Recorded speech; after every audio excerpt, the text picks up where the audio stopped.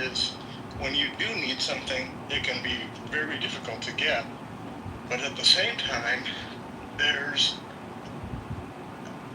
all this fraud going on. And I experienced this fraud directly when I moved to LA, and I was working for a group of people who I believe were fraudsters. And they kept asking me why I was driving the beat up old car. And I said, well, that's what I can afford. They go, no, don't worry about it. We'll get you a Mercedes. And I didn't take them up on their offer, but they basically had a scheme where they would take your car, crash it, send you to a doctor, and do some lawsuits. And it was a complete criminal fraud system. I stopped working for them not too long after that because they were very scary people. But it's been happening for years. This was back in 1989. It's been happening for years. It's going on everywhere, and we do need to get ahead of it. We do need to get ahead of this fraud problem. And I'm glad that they at least caught a small segment of one group doing this, but there are many, many more out there.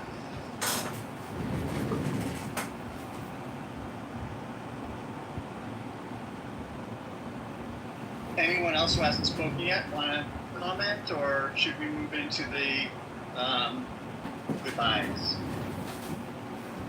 Rick, look up Cologuard. Anybody who hasn't spoken yet wants to speak? Yeah. Anyone who hasn't spoken yet wants to speak? Yeah, I just wanted to say thank you, Dr. James. I'm going to call you Santiago from now on. So, Santiago. Please answer my message in the back channel. And I'm glad that they're paying attention now. So for the Indian Health Service, this has been happening for a long time. The Indian Health Services pay the most per procedure out of anybody, whether it's private or public insurance. And so even people who are in the system, if they have private insurance and Medicaid, the IHS is supposed to be tagged last. Often the whole bill is paid by private insurance and Medicaid, and then double booked or double billed through IHS, and so these people are taking advantage of a system that already is devoid of money. So most recipients of the Indian Health Service, which is a treaty right, it's an obligation, get about a third of what every other American citizen gets for publicly funded health care. So prisoners get 3 times the amount of money for their health care than the Indian Health Service. But these people know that Indian Health Service pays top dollar, so they take advantage of them. And I am not Indian, I'm Mexican, and they billed the local Indian Health Service for my care, and I had to keep correcting them, but they kept sending the bill to Indian Health Service. Indian Health Service kept telling me that they were going to sue me, and I'm like, it's not my problem. You need to sue the state of South Dakota because they're the ones that allow this shit to happen. So yeah, it's happening everywhere. It's not just happening with this current story that you're talking about. Thank you for that. Anyone else who hasn't spoken yet have a final comment, and then we can move to our goodbyes and everything. Medicare for all, single payer. If you cut out so much of the middlemen, you now have starved all of these schemes. Focus question. Barbara, did you have anything that you'd like to comment? I haven't heard you speak today, and then we can move into our goodbyes. I am good. Thank you for asking, Dr. James. I'm good. You're welcome, Barbara. Okay, so let's just maybe do like a 30-second final thought or final word. Any thoughts, or grateful for something, or you're angry about something. Just get it out there, but be 14 billion is not even a scratch on the surface of what's really going on. Thank you for modeling a concise goodbye. Everyone else, sorry, I'm being a little... I just want to say something in that. Yes. both my parents went through a lengthy death process with the medical community and all that.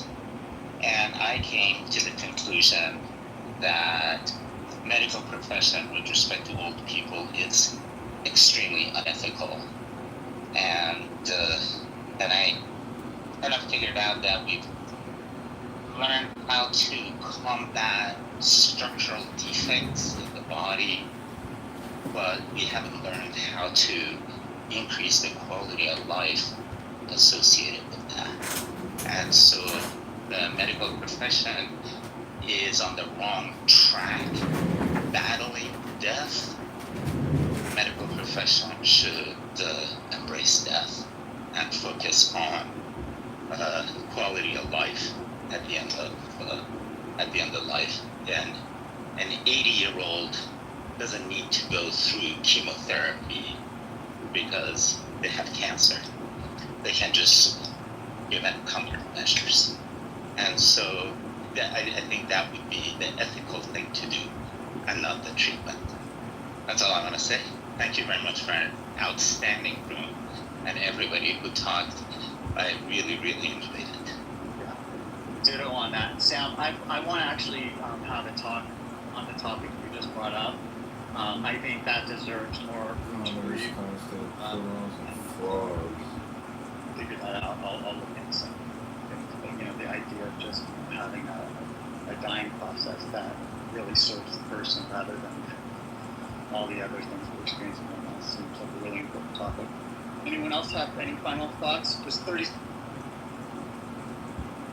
Well, just let's take care of our health because we need you all here. Amen. Okay, I'm gonna shut her down. If anyone speak now or until tomorrow. Okay. Thanks everyone. I agree with what Sam said. I mean, it really today just. Hall that everybody attends and complains because we got to get this stopped. Also, well, there he is. He's already at the bottom. Anything we can do to dox him would be wonderful. I'm doing what I can. He's a scumbag. He's, I don't even have to tell you. He's a lowlife. He's not a congressman. He's not a veteran. He's a convicted felon. He's a scumbag maggot. All those things. If we can get him thrown out of Clubhouse, get him thrown out of YouTube, we would be doing a service. So try to ignore him. He's just I don't know, this time of the year or this time of whatever is going on seems. The nature of reality. Let's just move forward then. Yeah. Invocation passed. Yeah. Okay. By the way, David, do you know how? I mean, I've looked all over for ways to make this a private room. I don't see any way to do it. There is no switch where you can switch it on and make it a private room. Is there something I'm missing here? Around with the settings. I can go rummage around if you want, but the technology answer is pick another platform that actually has the feature. No, I know. But I don't know. This is so. You open up Panopticon and you change your speech slightly, or because other people have to. Then, if you want people to come on stage, you have to know that they know that this is a semi-private space and it's not fully private. And then they state it and move forward, and just Yeah. You say same speechless. We all, everybody in this room was, had the speech ethics of. What did you say? And you're accountable for what you say. So. Yeah. Hey, Ben. Stevie, any different? Sound is not good. We can't hear you, David. You got blurry. Yeah, go ahead, Stephanie. Did you want to say something? Yeah, I have a small room where we just do a debrief of my weekly room. Yeah. And it's only, people are constantly, sometimes we have guest speakers, so I invite them in for the debrief. And they're